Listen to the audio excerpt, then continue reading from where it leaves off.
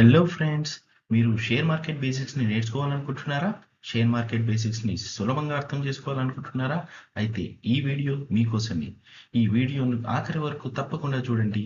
ఈ వీడియో మీకు నచ్చినట్లయితే లైక్ చేయండి, షేర్ చేయండి అండ్ ఈ వీడియో గురించి మీరు ఏమనుకుంటున్నారో కామెంట్ బాక్స్లో మెన్షన్ చేయండి అండ్ తప్పకుండా మన యూట్యూబ్ ఛానల్ని సబ్స్క్రైబ్ చేయండి. సో ఏమాత్రం ఆలస్యం చేయకుండా మనం మన వీడియోని స్టార్ట్ చేసేద్దాం.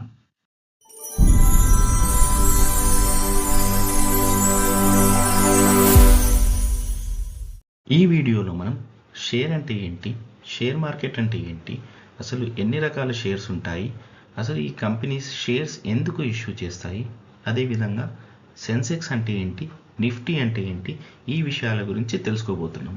ముందుగా మనం షేర్ అంటే ఏంటో తెలుసుకుందాం. షేర్ అంటే ఒక కంపెనీలో కొంత వాటాని కలిగి ఉండడం.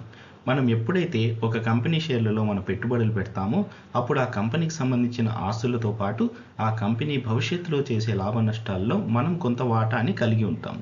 ఇదే కాకుండా కంపెనీకి సంబంధించిన కొన్ని కీలక విషయాల్లో నిర్ణయం తీసుకునే క్రమంలో మనం మన అభిప్రాయాన్ని ఒక ఓటు హక్కు ద్వారా వ్యక్తపరచగలం. సో దీన్ని షేర్ అంటాం.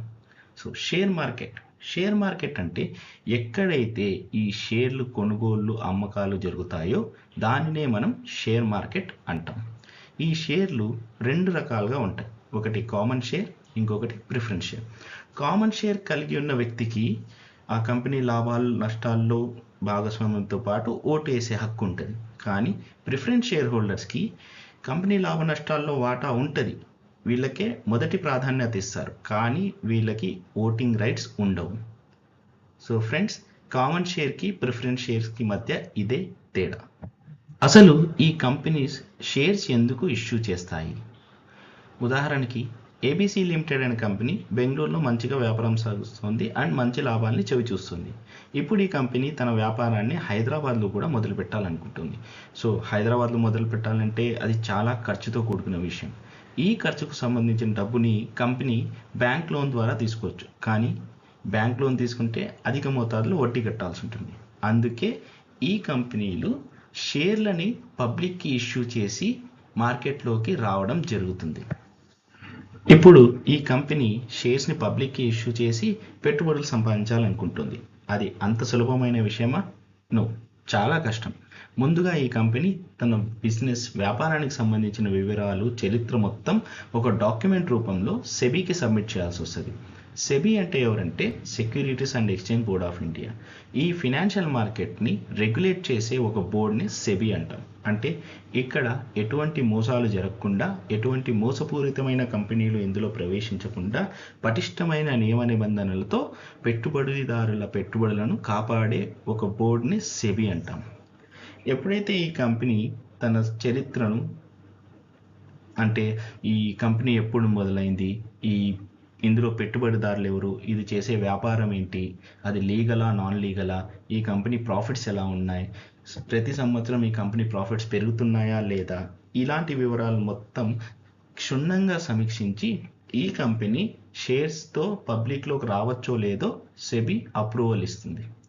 ఒకవేళ అప్రూవల్ ఇచ్చిందంటే ఈ కంపెనీ తన షేర్స్ని పబ్లిక్లో ఇష్యూ చేయొచ్చు. ఈ మొట్టమొదటిసారిగా ఈ కంపెనీ షేర్స్ని పబ్లిక్లో ఇష్యూ చేసే ఈ ప్రాసెస్ని మనం ఐపీఓ అంటాం. ఐపీఓ అంటే ఇనిషియల్ పబ్లిక్ ఆఫరింగ్స్.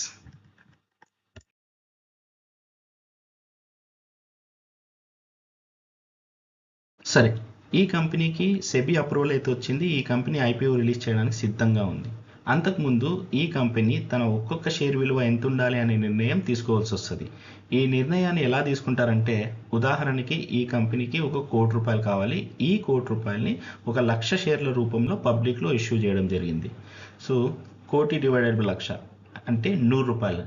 ఈ కంపెనీకి సంబంధించిన ఒక్కొక్క షేర్ విలువ ₹100గా నిర్ణయించబడింది. సో ఈ వివరాలన్నిటితో ఈ కంపెనీ ఐపీఓ రిలీజ్ చేస్తుంది. ఎప్పుడైతే మార్కెట్లో కొత్త ఐపీఓ వస్తుందో చాలామంది ఇన్వెస్టర్స్, పెట్టుబడిదారులు దాని గురించి ఇన్వెస్టిగేట్ చేయడం మొదలు పెడతారు. ఈ కంపెనీ ఏంటి, ఈ కంపెనీకి సంబంధించిన బిజినెస్ ఏంటి, ఈ కంపెనీ లీగలా నాన్ లీగలా, ఈ కంపెనీలో నేను పెట్టుబడులు పెడితే భవిష్యత్తులో నాకు లాభాలు వస్తాయా నష్టాలు వస్తాయా, ఇవన్నీ పరిగణించి ఇందులో పెట్టుబడి పెట్టాలా వద్దా అనే నిర్ణయాన్ని ఇన్వెస్టర్ తీసుకుంటాడు.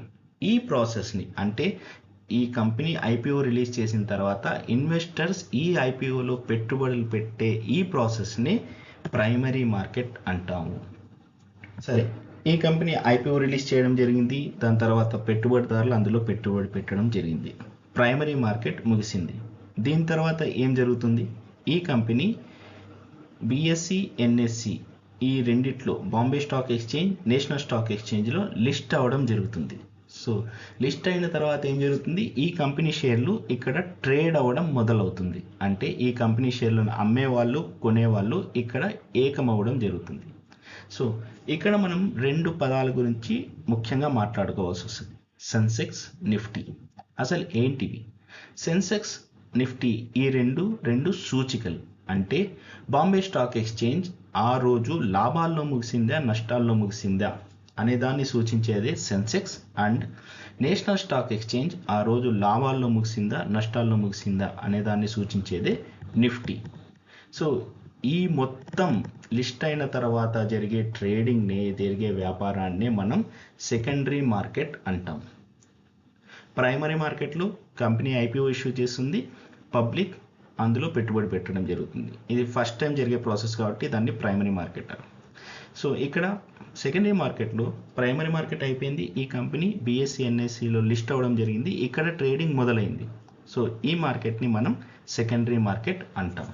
And most important, Sensex, Nifty ఇవి రెండు బిఎస్సి ఎన్ఎస్సి పర్ఫార్మెన్స్, అంటే అందులో ఆ రోజు లాభాలు వచ్చాయా నష్టాలు వచ్చాయా అనే దాన్ని సూచించే రెండు సూచికలు.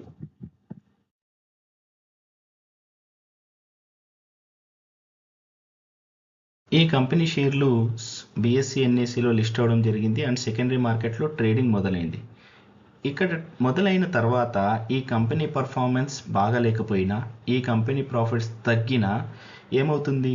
చాలామంది ఈ కంపెనీ షేర్లు అమ్మడం మొదలు పెడతారు. ఎప్పుడైతే అమ్మకాలు పెరిగి కొనుగోలు తగ్గుతుందో ఆటోమేటిక్గా ఆ కంపెనీ షేర్లకి డిమాండ్ తగ్గిపోతుంది. ఈ డిమాండ్ తగ్గినప్పుడు ఏమవుతుంది?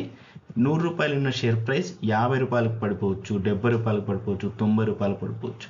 సో 100 రూపాయల నుంచి ఎక్కడ దిగువకి పడిపోయినా కూడా అది పెట్టుబడిదారులకు నష్టాన్ని కలిగిస్తుంది.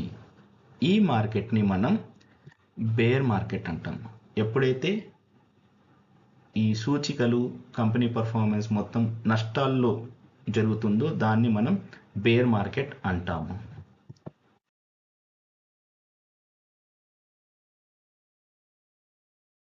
అలాగే ఎప్పుడైతే ఈ కంపెనీ షేర్లు సెకండరీ మార్కెట్లో ట్రేడ్ అవ్వడం మొదలవుతుందో అప్పుడు ఈ కంపెనీ పర్ఫార్మెన్స్ బాగున్నా, ఈ కంపెనీకి మంచి ప్రాఫిట్స్ వచ్చినా ఈ కంపెనీ షేర్లను కొనేవాళ్ళు పెరిగిపోతారు, అమ్మేవాళ్ళు తగ్గిపోతారు. సో ఎప్పుడైతే కొనేవాళ్ళు పెరిగి అమ్మేవాళ్ళు తగ్గినారో అప్పుడు ఈ కంపెనీ షేర్లకి డిమాండ్ పెరుగుతుంది. సో డిమాండ్ పెరిగినప్పుడు ఆటోమేటిక్గా ఈ కంపెనీ షేర్ ప్రైస్ లాభాల్లోకి వెళ్తుంది. ఎప్పుడైతే లాభాల్లోకి వెళ్తుందో ఎందులో పెట్టుబడి పెట్టిన వాళ్ళందరికీ మంచి లాభాలు వస్తాయి. ఇలా లాభాల్లో ముగిసే మార్కెట్నే మనం బుల్ మార్కెట్ అంటాం. నష్టాల్లో ముగిసే మార్కెట్ని బేర్ మార్కెట్, లాభాల్లో ముగిసే మార్కెట్ని బుల్ మార్కెట్. సో ఇది గైస్ షేర్ మార్కెట్ లేదా స్టాక్ మార్కెట్ మీద వీడియో. ఈ వీడియో మీకు నచ్చిందని ఆశిస్తున్నాను. ఈ వీడియో మీకు నచ్చినట్లయితే లైక్ చేయండి, షేర్ చేయండి. ఈ వీడియో ఎలా ఉందో కామెంట్ బాక్స్లో మెన్షన్ చేయండి. అండ్ ఇలాంటి మరిన్ని ఇంట్రెస్టింగ్ వీడియోస్ కోసం మన ఛానల్ని సబ్స్క్రైబ్ చేయండి. Thank you.